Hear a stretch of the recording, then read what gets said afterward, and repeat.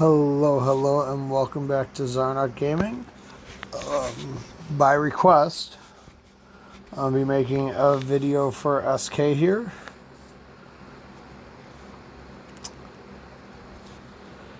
And to be completely honest, this is going to be a little bit new for me.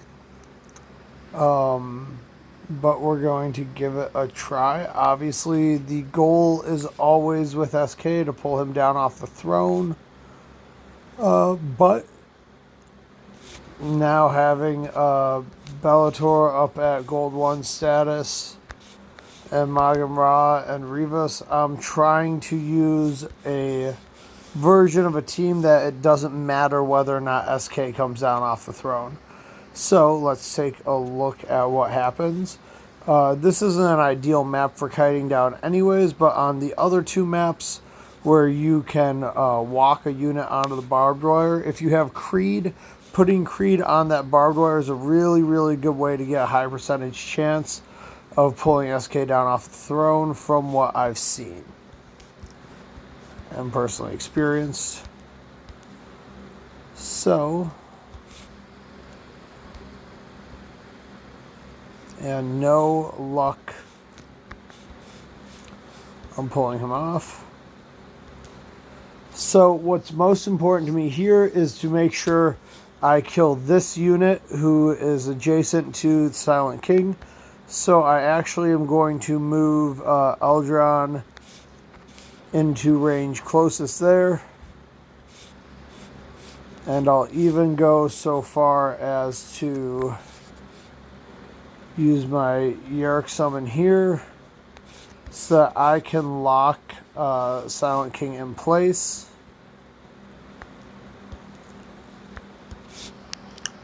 With my summons. Now we will make sure that we have Silent King 2 away from Eldron and within range of Rivas.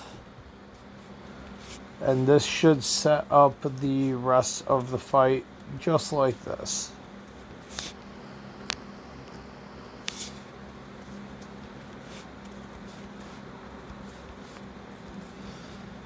And after that, it's pretty easy, to be honest.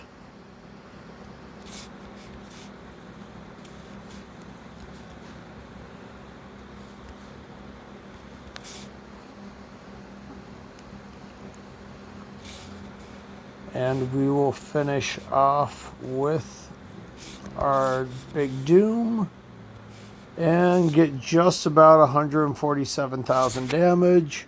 A little over. So almost 150, so not a bad run. I'm going to go in again immediately since that was pretty quick, and we're going to see if we can get him to pull down this time. But I really do enjoy having this team developed. My past Silent King raid team involved Archimedos and Creed instead of Rivas and Bellator. But now that I've gotten Rivas to Gold 1 just today, and Bellator about a week ago, and Ra about a week ago, Bellator right before that, one or the other. So it's making it a lot easier. Having that deep bench to not worry about an exclusive summoner meta here.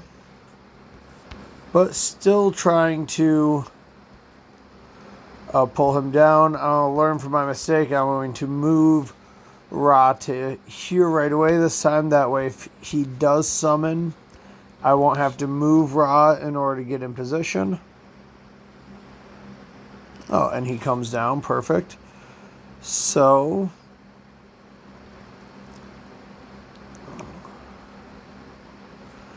let's see. Alright, this seems like the ideal positioning to me. So now we will summon here. We moved Bellator there so that both of his units would be adjacent to him. and that way they will activate their passive every single turn. And you'll see that Ra and Rivas, most of their damage is coming from Eldron's Doom. So, like, yes, Ra was doing like 5,000 a turn when he was attacking ranged, but it's not a big difference. So you can keep Silent King locked in here. Well, maybe. Suppose we'll see in a second here.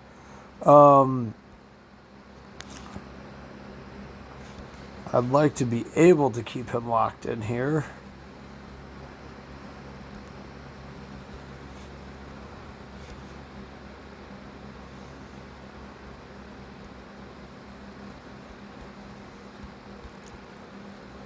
But I just don't know if he's going to go running around or what's going to happen now. Yeah, took some high ground.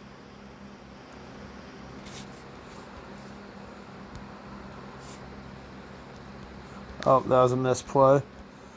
I should have moved Eldron before I attacked.